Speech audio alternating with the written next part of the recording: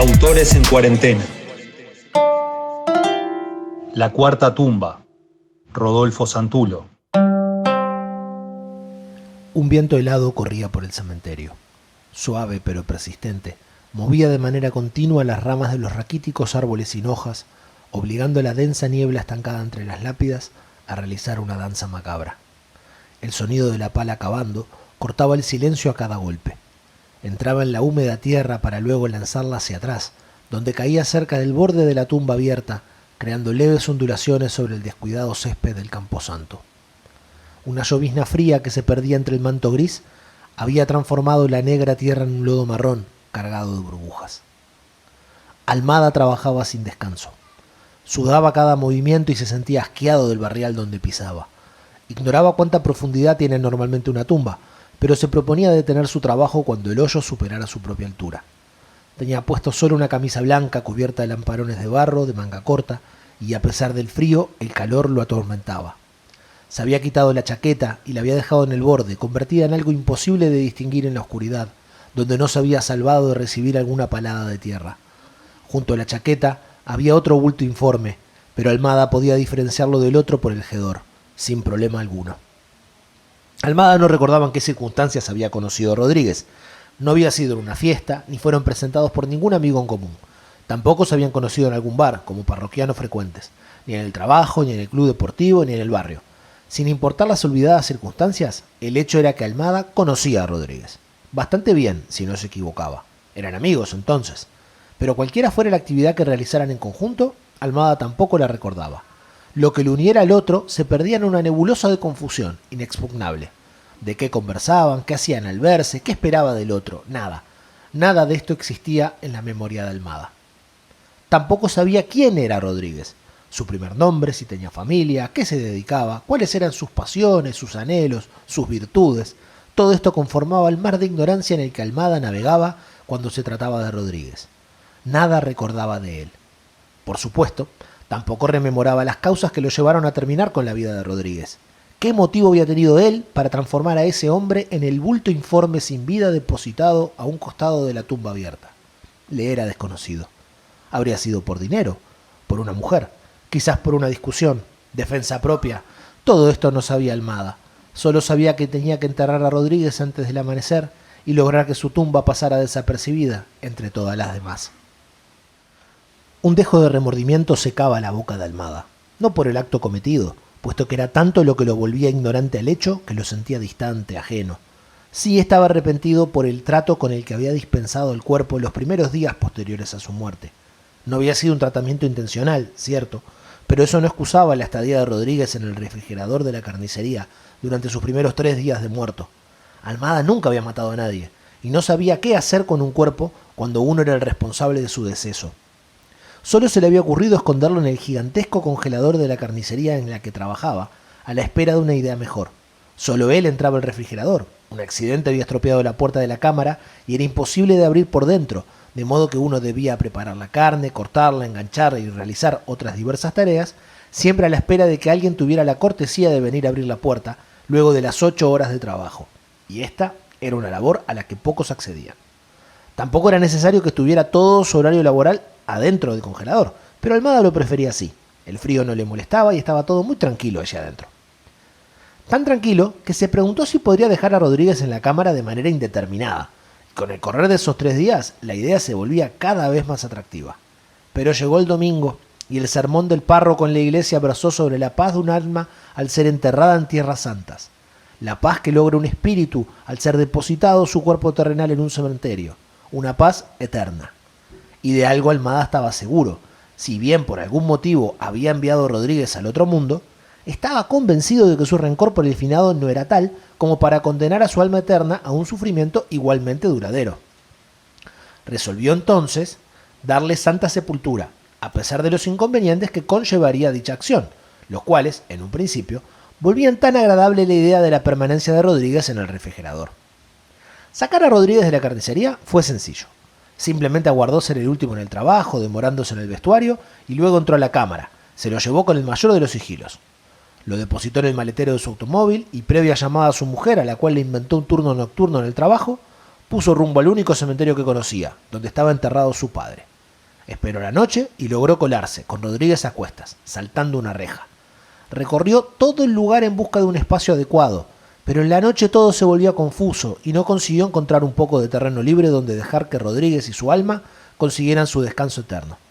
Bastante desesperanzado, volvió a llevarse a Rodríguez y lo escondió nuevamente en el maletero, el que se transformó en la segunda tumba de Rodríguez por una noche al menos.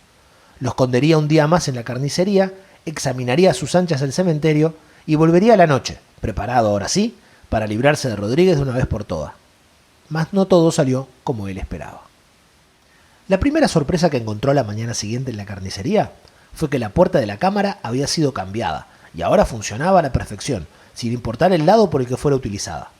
La segunda fue que los turnos dentro del refrigerador habían sido cambiados para beneficio de los trabajadores, para ser de 4 horas cada uno.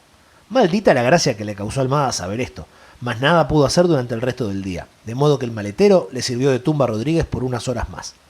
Al cumplir su horario de trabajo, ya Almada había llegado a la conclusión: si era indigno para el alma de Rodríguez permanecer en un congelador gigante, un apretado maletero de automóvil distaba mucho de ser mejor. Pero el problema del cementerio permanecía, la noche se aproximaba y Almada sabía lo mismo del lugar que la noche anterior, y la idea de hacer el tonto con Rodríguez a rastras otra noche no le atraía demasiado.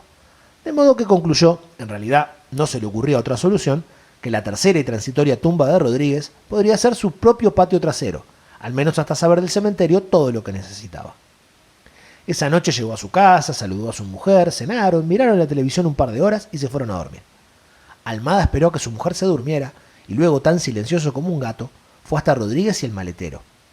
Mientras el frío lo albergaba, la descomposición no era un problema, y aunque Almada tampoco sabía cuánto tarda un cuerpo humano en descomponerse, no veía a Rodríguez tan bien como antes, además de estar muerto, por supuesto. El rigor mortis le había convertido la cara en una mueca horrible, de ojos abiertos, y fue tanto el trabajo que le costó a Almada descargar al endurecido Rodríguez del maletero y arrastrarlo hasta el patio, que lo dejó rendido. Como no había dormido la noche anterior, el cansancio era tal que decidió dormir en el garage, al menos un momento. Para cuando despertó, el sol estaba saliendo y la luz reflejaba en los ojos de Rodríguez, que lo miraban impacientes. Tomó una pala y a las apuradas consiguió enterrarlo junto al sauce llorón que daba sombra al patio. Corrió a su cuarto y se fingió dormido por 15 minutos, hasta que su esposa lo llamó para desayunar y luego ir al trabajo. El Almada que asistió a la carnicería esa mañana era una sombra del de siempre. Arrastraba los pies, su cara estaba cubierta por ojeras y la piel era pálida y mortecina. Le costó un milagro y casi un dedo en la sierra completar la jornada laboral. Para cuando terminó, no estaba en condiciones de reconocer el cementerio ni ningún otro lugar que no fuera su propia cama. Más dormido que despierto, llegó a su hogar y luego de una rápida y frugal cena, se durmió. A la mañana siguiente amaneció con casi 40 grados de fiebre, y mientras maldecía a Rodríguez por todos los problemas que le causaba, llamó al trabajo, se reportó enfermo y esperó al médico de guardia. Este le declaró una monumental gripe y lo sentenció a 72 horas de reposo absoluto. Almada vio en toda esta desgracia una oportunidad, y con la excusa de un posible contagio, exilió a su mujer a casa de su cuñada, guardó cama 48 horas de las 72 previstas, y luego de un desayuno reparador, se abrigó bien y puso rumbo al cementerio. Había tanto espacio libre que parecía imposible no haberlo descubierto en la ya lejana primera noche de reconocimiento. Descubrió un grupo de tumbas que albergaban varios lugares vacíos intermedios, y consiguió ubicarlo geográficamente, para así volverlo a encontrar durante la noche. Luego volvió a su casa, se metió una vez más en la cama para estar listo, ni bien hubiera llegado la noche. Al desenterrar a Rodríguez, lo sorprendió el horripilante olor a podrido que se libraba entre las raíces del sauce llorón. Era tanto que, asqueado, cavó lo más rápido posible. Su empuje fue tal que cuando desenterró a Rodríguez de un golpe de pala, lo decapitó limpiamente.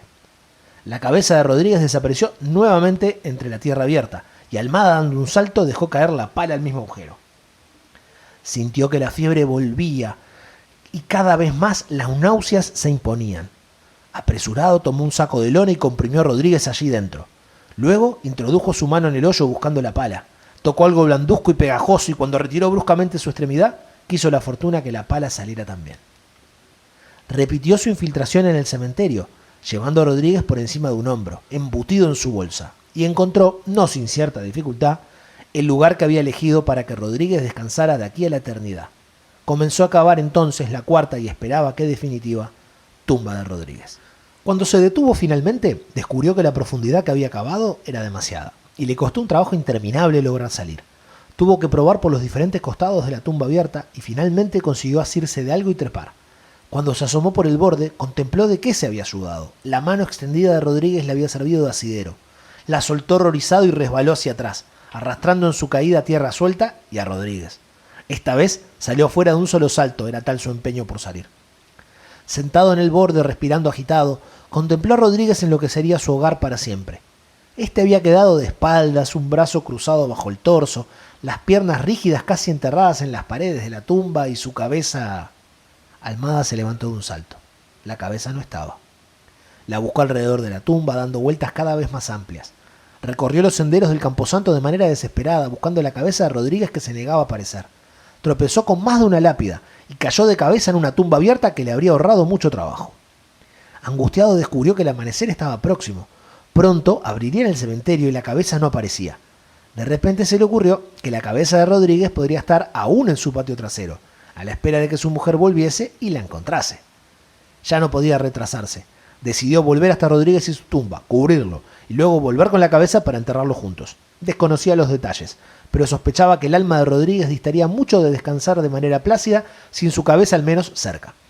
Luego de una breve y frenética búsqueda, localizó a Rodríguez y cerró la tumba. Luego escapó por donde había entrado y condujo hasta su hogar, para llegar con tiempo justo de meterse en la cama antes de que su mujer volviera. Esta lo levantó con besos y arrumacos, a los que Almada con poco interés respondió. Mientras ella le preparaba el desayuno, se escabulló y ganó la salida al patio trasero, donde, a las corridas, buscó la cabeza de Rodríguez. De alguna manera inexplicable para Almada, que esperaba que en el mejor de los casos se encontrara en su anterior lugar de reposo, la cabeza de Rodríguez le devolvía la mirada apoyada entre las gruesas raíces del sauce.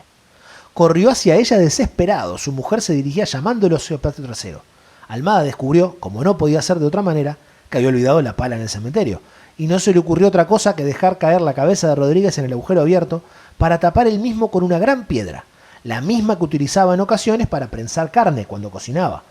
A la carrera se encontró con su mujer en el momento en el que ella llegaba hasta él, para comunicarle que llegaba tarde a trabajar. Almada, siempre corriendo, se encaminó hacia la carnicería. Esa misma tarde, cumpliendo su turno de 4 horas en la cámara frigorífica, decidió que esa noche terminaría con Rodríguez de una vez por todas. O dejaría todo como estaba sin importarle ya ni el alma eterna del finado ni nada más. Convenció a un compañero de que aún permanecía engripado y logró salir antes. Al llegar a su casa se escurrió de la atenta mirada de su mujer y accedió de manera directa al patio trasero. Cuando llegó hasta el sauce llorón, descubrió que 2 gatos se habían colado en el agujero y se disputaban los restos de la cabeza de Rodríguez, que se asomaba por los costados de la piedra bastante deshecha. Los corrió a patadas, mas no pudo evitar que uno de los felinos huyera con una oreja del difunto. Tomó lo que quedaba. Con bastante asco lo introdujo en una bolsa de basura negra y, de manera tan silenciosa como había llegado, salió a la calle. Esperó la noche y una vez más se coló en el cementerio. De manera sigilosa, comenzó a buscar la tumba de Rodríguez.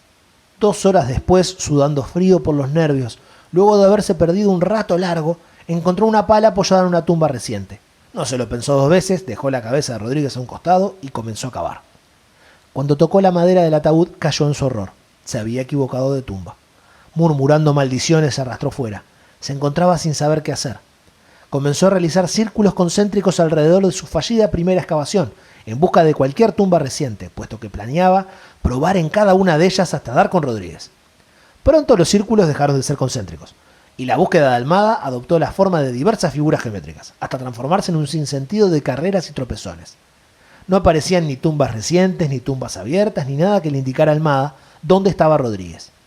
La desesperación absorbió todo pensamiento consciente en la mente de Almada. Comenzó a correr entre las lápidas, jadeando. Su figura se volvió algo horrible, puesto que en algún momento indeterminado, la bolsa negra que cubría la cabeza de Rodríguez había desaparecido, y Almada llevaba en una mano la pala y en la otra, tomada por los cabellos, la cabeza de Rodríguez. No se percató de que el sol empezaba a salir, ni se fijó en el guardia de la puerta principal, que estuvo a punto de sufrir un infarto cuando lo vio. Almada siguió corriendo entre tumba y tumba, escarbando a veces, pero siempre interrumpiendo su trabajo antes de llegar a una profundidad mínima, ya que se convencía de que no era el lugar correcto y corría hasta la siguiente tumba, donde repetía la operación. Cuando la policía lo detuvo, llamada por el aterrorizado guardia, no puso resistencia y se dejó llevar resignado.